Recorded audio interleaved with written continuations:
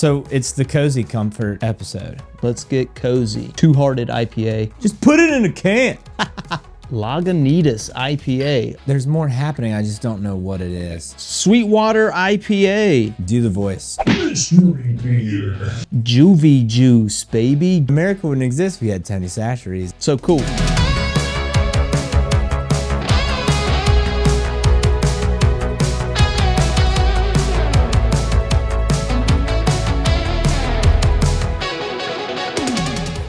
Well, I have to say, we've been, like, for the last two shows trying to manifest, like, actual cold weather. And I have to say, the last two nights have been cold. Yeah.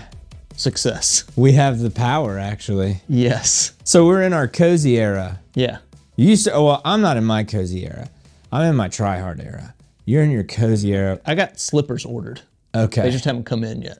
Oh, wow. I'm wearing those next episode. I'm bringing my house slippers over to your garage. A house shoe episode? A house shoe episode. I got some UGG slip-ons. Hell yeah. I put those on, I get on the phone, and I just yell, buy, buy, sell, sell. Show me the money. You make videos. When would that ever come up? It's like, don't worry about it. You wouldn't understand. You don't get finance. Yeah. Mercury's in retrograde. Yeah, you learned that from your star chart. I learned it from my star chart. Yeah. Get him. Anyway, so it's the Cozy Comfort episode. Cozy Comfort episode. Let's get cozy. Let's get cozy. Yeah. Let's talk beer. Let's talk beer. So the theme for today's episode, we're just looking at some, like, the granddaddy of hops. So this isn't the, I like hops, and then they're secretly ordering like a hazy IPA that looks like orange juice and tastes like Ottawa juice. You know, this is the, oh, you like hops? Have you ever licked a pine cone? You're gonna love today. Okay. So up first. I have tasted a pine cone. These are, like I said, like these are the iconics. These walked so hazy IPAs could run. These are OG, like bitter, old school, classic IPAs. And what better way to kick off the day than the most, like, one of the most iconic IPAs that I know of, Two-Hearted IPA. Bell's Brewing out of Michigan. This beer was first like brewed in like 1997. So when I say like an OG, like this is part of the original like hop wars where people were like, how bitter can I make a beer? How much can I make this beer taste like a pine cone and a grapefruit pill? That was a long time ago, back before hazy IPAs and back before things that that tasted a little bit sweeter or a little more fruity. Back in the day when you said IPA, you meant pine and you meant grapefruit. And what's really cool about today is we're going to dive in a little bit. A lot of these beers are made with pretty similar ingredients, but they're all going to have a unique flavor, their own like take on a flavor, so to speak. Like I said, up first, Two-Hearted IPA, Bell's Brewing out of Michigan. This is a granddaddy. This is an OG 1997. That's not a twist. It's not a twist. I need a Band-Aid too. Two-Hearted IPA is not a twist top. Not a twist top. Heard it here first. Whoo! Smells like college. Yeah, no doubt. Cheers. Cheers, man. All right. I will say, the balls it takes to just make a super hoppy beer and put a dead fish on your label. Just be like, look, like it or don't. That's not our problem. What, like Michigan's like, what's that? There's nothing to do up there. There's fishing and drinking beer. So put them together. Yeah. That's people who live in a state that also starts with an MI and there's not that much to do. No doubt. I feel you. Essentially, IPAs back in the day were made with a little bit of crystal malt. We kind of got into that. Crystal malt? Crystal malt. Okay. So, yeah, be careful there. Shit. Not the other crystal M word. Essentially, crystal malt is barley that's been kilned for a certain amount of time to give it a caramel flavor and color. So you get a little bit of color on your IPA.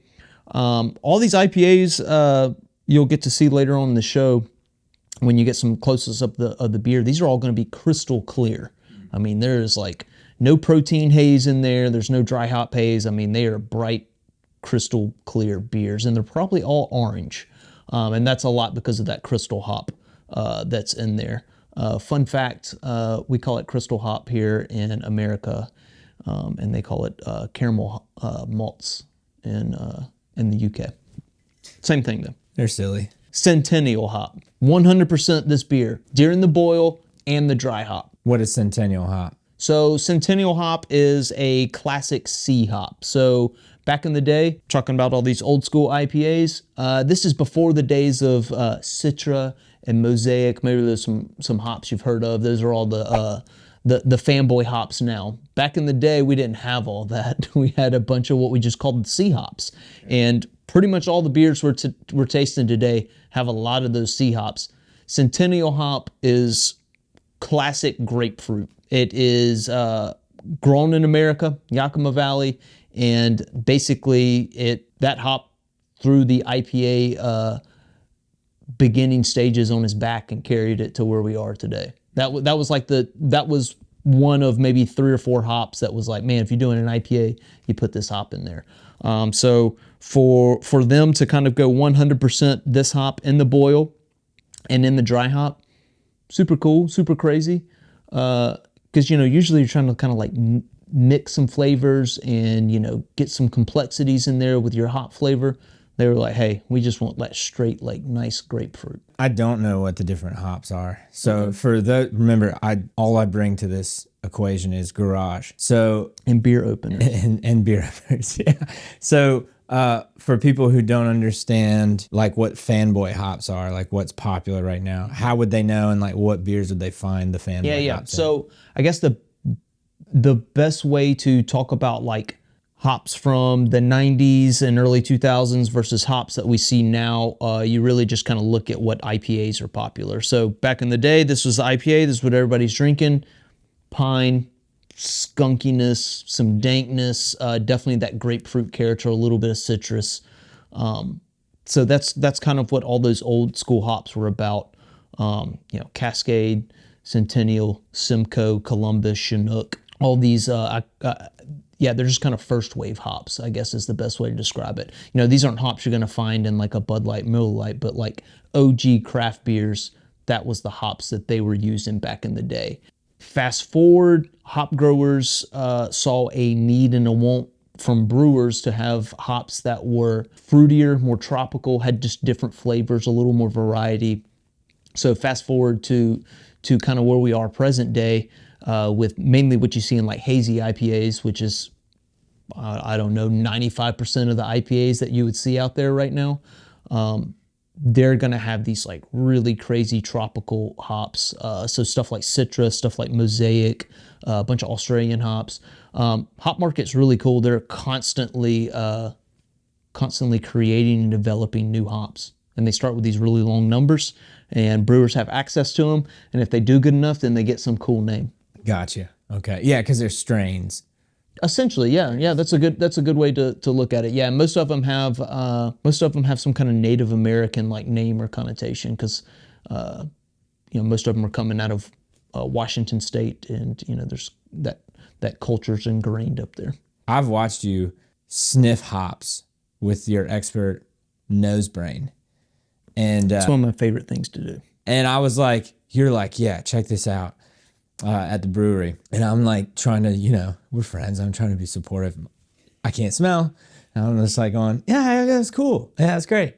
But how do you choose a hop for a beer like this, for like an IPA? So as a brewer, someone, an expert who goes, okay, I'm looking for X flavor, so I need Y hop, so I get Z texture or whatever. How do you get to that point? Yeah, I think basically you just kind of think about, so if I was going to make an old school IPA like this, I would first determine how bitter I wanted it. So, earlier I was like, hey, this is 100% Centennial hop. And I said, hey, that's in the boil and in the dry hop. So let me just kind of like clarify that real quick. So when I'm talking about hops in the boil, that's when the beer's actually boiling. That's when we add hops at different times. That's pretty much 100% where you're getting the bulk of your bitterness from. The earlier you put it in the boil, the more bitter the beer, obviously the more hops you put in there. And I was talking about the hop wars, the bitter wars earlier back in the day in the 90s, all these breweries trying to have the most bitter beer possible.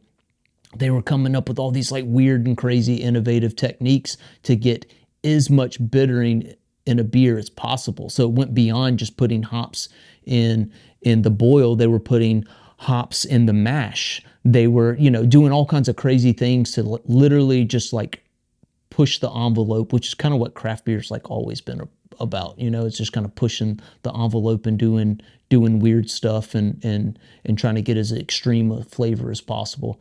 And I think that, if I was going to go about building this, I would say, hey, how bitter do I want this? Plug that into my calculator, because we have calculators to know like exactly like how much acid and oils in a hop variety, and we know how long we put that in the boil, and basically we know about how bitter we can get that beer. And then I'm kind of like, well, what kind of flavors and what kind of aromas do I want on that?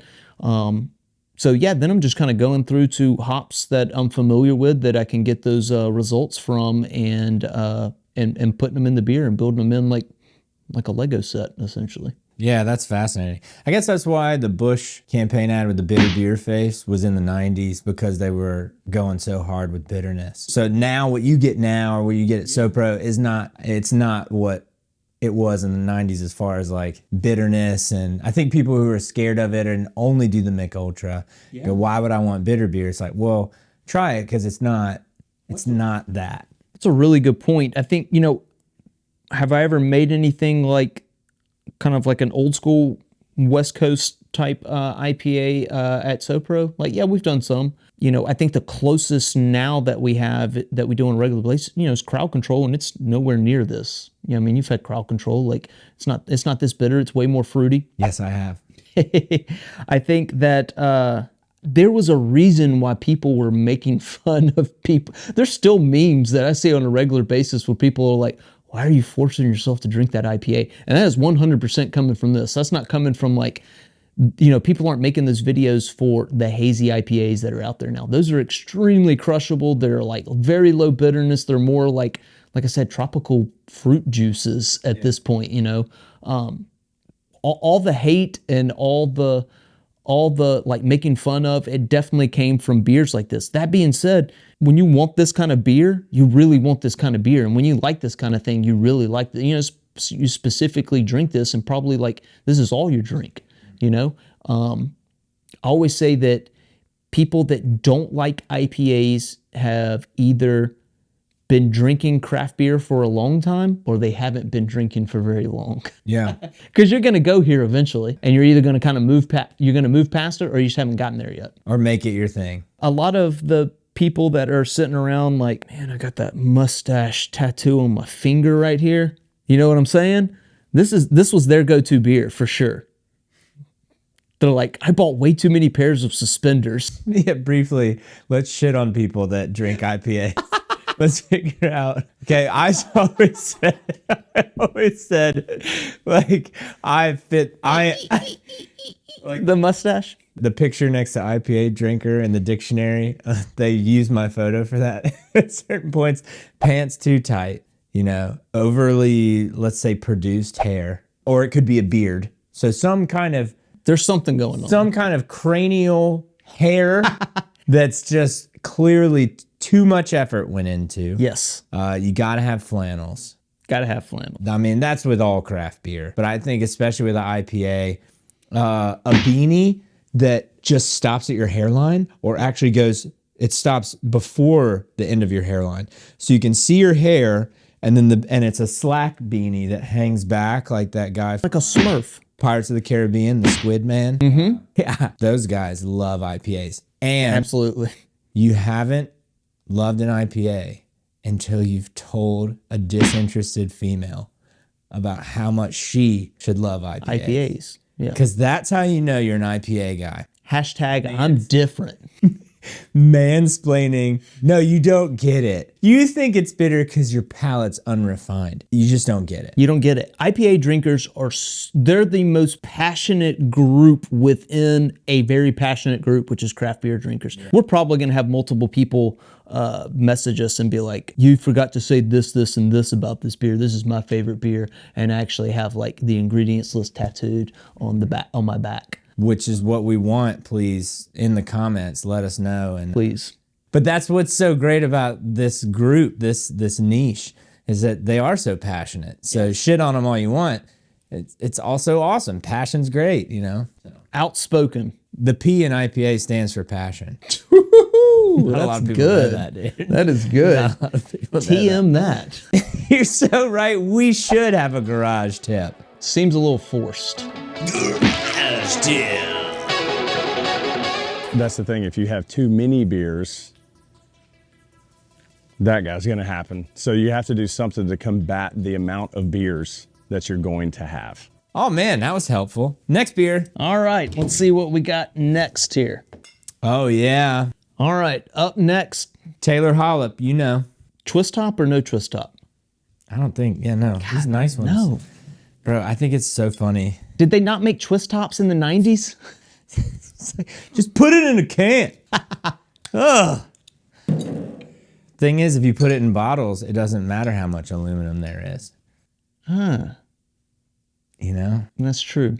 Lagunitas IPA. Cheers. Another just like OG granddaddy IPA.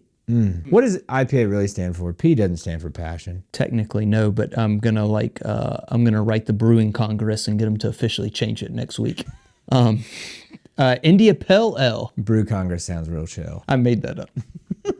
But now it's real and I'm president. Now it's a thing. Ty. So Lagunitas IPA. IPA stands for India Pale Ale. History lesson. IPA got its name because... Okay, you already did the voice. History lesson. Was I not supposed to do that? No, that was killer. No, that's good. Keep going. Sorry. So- I'm embarrassing you. Garage tips. Keep going. So India Pale Ale. So basically you have all your troops in your colony in India from England, and you're like, hey, what makes angry troops? Sober troops. You got to give them some beer. So England was like, hey, we got to like bring some beer down there. Well, guess what? It wasn't surviving the voyage from Britain to India. So they were like, we need to put more hops in this, because at this point they had realized that hops were aseptic and helped with shelf life on beer. So they're like, hey, the more to put in there, like, yeah, it's a unique flavor, but it definitely like helps with the spoilage. You said that last episode. I know. I was paying attention. Full circle. Man, nice callback. So, they just kept loading up the hop until it became its own beer style, essentially. And it was like India Pale Ale, IPA for short. And so basically that's what troops were drinking in the colony in India. Well, it is funny. Necessity is the mother of invention. That's kind of wild that you have a whole style of beer that's still popular today that really was just to preserve it. I'll drink to that. Yeah. On wooden boats. God, how easy is it to be alive now versus you used to have to take wooden boats everywhere. So much easier. You used to couldn't drink water. You had to drink beer. Dude, think about being so pissed about the food in your house that you would rather get on a ship and sail for months with only dudes, and you're pretty sure the world just ends and you fall off, and you would rather do that than eat another plate of bland mushy peas. That's wild to me. That's crazy. Like, dude, America wouldn't exist if we had Tony Chachere's in, 15th century Spain and England. No doubt. Pretty wild. So, anyways, that's my wooden ships bit. Thank you. It had nothing to do with the story. Proceed. Once again, we're sitting at like 6.2, so a little bit lower than the Two Hearted on the IPA. So tell me this. As someone who is growing their palate, does this beer taste more complex to you than the other one? That's Two Hearted IPA. Yep. Lagunitas IPA. Yeah, it tastes... So similarities, but There's more happening. I just don't know what it is. Okay, so cool. So we talked about 100% Centennial hop. Well, this has Centennial hop in it too, but it also has Chinook hop. It also has Cascade hop. It has Columbus hop, and it has a hop called Simcoe. So they're basically layering in, several of those like old school piney, grapefruity, dank hops together to kind of give you a little bit more rounded package. I think that this is, for me, a more enjoyable drink than this. This is iconic. That's old school. This is old school as well, but for me, a little bit more enjoyable beer. Just a little more complex. It's a little brighter, a little more citrusy. But I think the pine on there like really kind of like brings another element to it as well. It is funny that you have all these facts. Like, yeah, it's this many different hops. But now that you mention it, I can tell that there's more going on. I don't know. Like, oh yeah, it's a Simcoe hop. I'll never know that. But there is more going on. Let's also like just point out that this is every much as like bitter and dry as this. Mm-hmm. I don't think that these are beers, once again, to let everybody know. These aren't beers if you've never had an IPA. I don't think you're going to like pull these two out and be like, these were great. Yeah. These are definitely... This isn't a good first beer. No, this is like, hey, I've already got both feet in the water, and you're trying to take it to an extreme level. This is like, I've seen some shit. Yes. I've seen the Decemberist before, bro. You put your elbows on the table if you drink this. Yes. I've seen the White Stripes twice. You don't understand music like Jack White does, okay? I've got a Black Keys tattoo. Yeah, I drink Lagunitas IPA. I'm sorry. They're great. They're a great band, but I'm sorry that's the tattoo you went with. I got a Green Day tattoo, okay? Okay. I got the Dookie album artwork tattooed on the small of my back. Man, not to chase rabbits right now, but so Dookie's got a new... like a re-release for like an anniversary thing, and they're doing each song from the album on something like totally bizarre. So one is like on a Tamagotchi, one is on like a I forgot it's a bear that used to like talk and stuff. So it's a bunch of like 90s like toys that don't function as the toy anymore. They function to like play a song. Very bizarre. They need to do a Gigapet then. Yeah. I had a red Gigapet as a T-Rex. He died, man. He took so many dumps, dude. Is that what's wrong with you? Yeah, dude. You've been chasing that high ever since then. Just so I can feel again. No, don't. Anyway, cheers to feeling again. Hey, drink a couple Lagunitas IPAs, you'll feel something. Talk about Gigapets, dude. Probably a dryness in the back of your throat. Where's Lagunitas? Lagunitas is Chicago, right? So there is a facility in Chicago. I actually think they're in the process of shutting that place down. This is a California, this is like an OG California brewery. So when we talk about West Coast IPAs, like this is a West Coast IPA, but it's in Michigan. This is definitely like a West Coast IPA here. Wait, so this started in Washington State in the 90s. So this was grunge. Michigan. That was Michigan, but you were talking about the hops come from Washington State. All the hops in the United States come from, there's some in Michigan, but it's mainly Oregon and Washington. So are IPAs just beer grunge? Is it beer nirvana? 100%. It's like, dude, we're tired of the glam, like over-processed dudes with makeup type stuff. Like, we're going to wear our flannels. Yep. Oh, shit. Craft beer is grunge. Yeah, it's people that were like, yeah, I was able to go to Europe after college for 3 weeks backpacking, and they came back and they said, this is garbage. They're using like, rice sugar and like syrups, and you're not even using like grain and hops. And they were like, we want flavor. And then they were like, they took it overboard, and they were like, we want lots of flavor. Well, yeah, you it's a pendulum, right? You always overcorrect, and then hopefully you find somewhere in the middle. So, yeah, man, it's beautiful. All right, beer number 3. Yeah. So I'm watching this game. We're so terrible. Look at this. Thank goodness for Tyron Matthew. What's this? Back to some cans, baby. Sweetwater IPA. Another fish. Another fish. Is there a fish conspiracy going on? Yeah, I thought it was grunge, not jam bands. You know what I'm saying? Interesting. Well, that being said, I think a lot of my first experiences with Sweetwater were at jam band shows. Yeah? Yeah. So the first time, be honest, you had a Sweetwater, you also had a balloon. An ice cold balloon, yes. Yeah. All right, cheers don't float the mainstream. All right, so I'm gonna go ahead and let you know this is Hot dang. my favorite out of all of them Oh, okay. so far. Just me personally. Oh, so we're playing favorites? I am right now. Okay. Did you not get that email that I was gonna play favorites this time? I don't check my email. Yeah, I figured. I'm not a nerd. So 6.3% ABV. So this is yet again another old school IPA. So Sweetwater, not quite as old as some of these others right here, but definitely still using those like classic C hops, Columbus, Chinook, Cascade, and then Simcoe again. So pretty similar to what this Lagunitas is over here. To me, this isn't quite as bitter as the Lagunitas. It still has some nice like bitterness and dryness. I think this is kind of the most approachable out of all three. I actually think that we kind of started with the most bitter beer and have worked our way down. Well, is that because like with this, the Two Hearted IPA, it's just like this is one hop and hopefully you like it. You know what I mean? And then as you go to Lagunitas, has the 4 or 5 different hops in it. Yeah. It's like, well, just hopefully you like hops in general. No, I don't think so. I think this was just the time and place that this was made, when it was first created in 97, and it was just like, hey, bitterness is king. And it's just one dimensional. And they're probably betting a little bit on like, hey, people are really going to like this, like, this piney grapefruity like flavor. And like, we're going to like put that to the max. So my theory stands.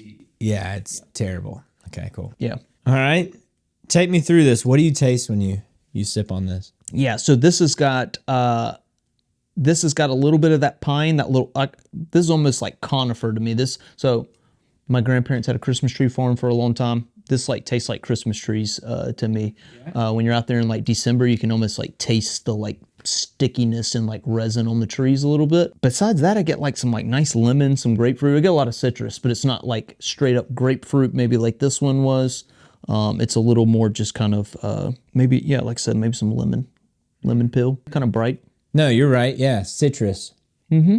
Man, I don't know. I like this beer. I would definitely pull this one out if someone was a craft beer person and they like IPAs. I feel like most people, this one's a little bit like newer than these. So I think that most people that are like, I'm into IPAs, like they've probably had this at one point in their life. They've probably been to a concert, they've been to a ball game, they've been somewhere. Sweetwater's out of Georgia. I've actually been to all 3 of these breweries, but I've been to the Sweetwater Brewery like several times. It's a beautiful place. Truth be told, Sweetwater's probably one of the main reasons like I started homebrewing. Really? Yeah, like back in the day, like that's cool. 21 years old, 22 years old, I would either go to like shows or I'd go out of town, drink Sweetwater, come back to Mississippi. At the time, we had some really bad beer laws, nothing over 5.8% ABV. Archaic, some would say. No doubt. Oppressive. So, yeah, I just started homebrewing because I was drinking all this when I would go out of town and come back and it wasn't available to me. So once I drank what I had brought illegally over state lines with me, I started homebrewing. So, yeah, Sweetwater's kind of always been pretty near and dear to my heart.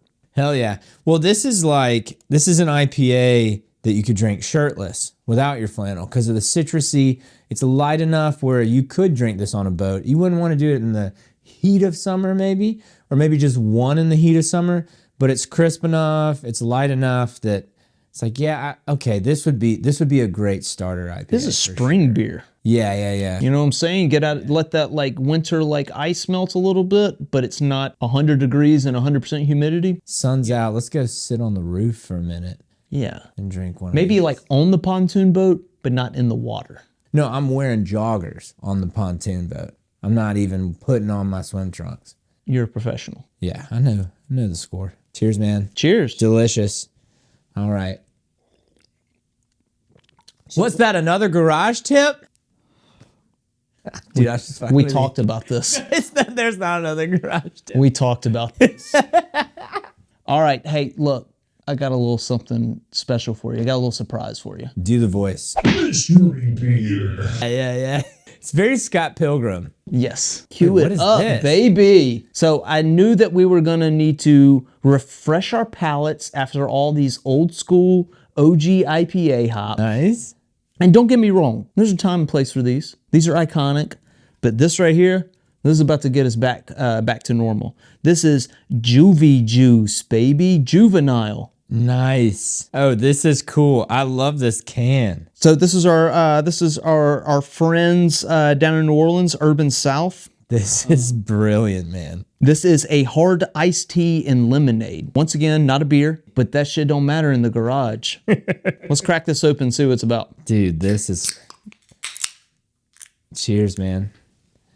Full disclosure, he knows about this. Like, he's like pushing this shit. I would hope he's Yeah, part it of wasn't just like a, hey, let's throw him like on the can and like be done with it. He's like, he's a part of the marketing. Look at that, man.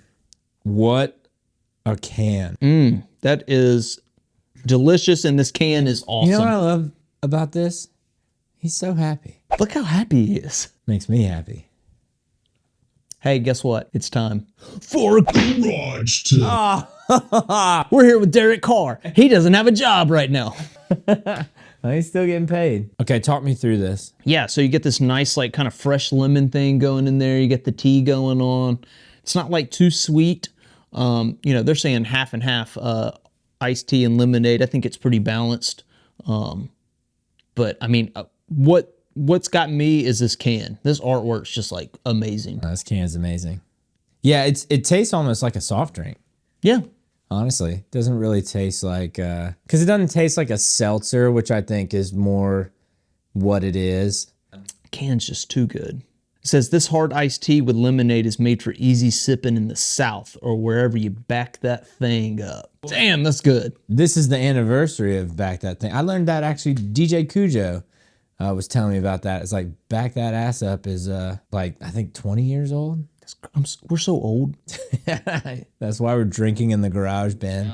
That's what we've been reduced to.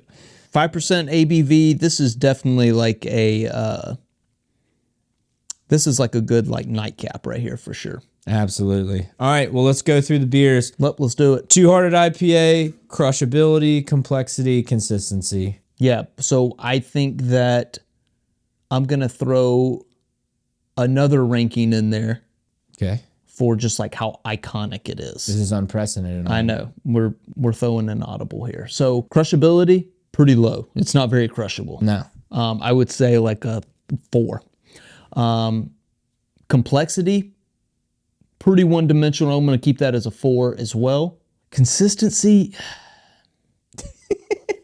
I'm going to go, there's 4s across the board. Because it's an IPA, yeah. You know what? On the iconic scale, though, I'm going to give that bad boy a 10. Know what I'm saying? Well, and I would say the iconic scale, especially for you as a brewer, is just the respect. No so doubt. I can sit here and I could talk shit about all of them if I want to. Nothing happens to me. You're a brewer and you understand the difficulty. Well, it's like you talking trash about my videos or whatever. You know, if you're not a video maker, it's a different... Who told him I was talking shit about his videos? I know who it was. I'm going to talk to you later. Bro, everybody told me. But you know what I mean? Like, if you're not in the same game, it's hard to understand. Yeah. But of course you would have respect for an OG like that. Lagunitas IPA.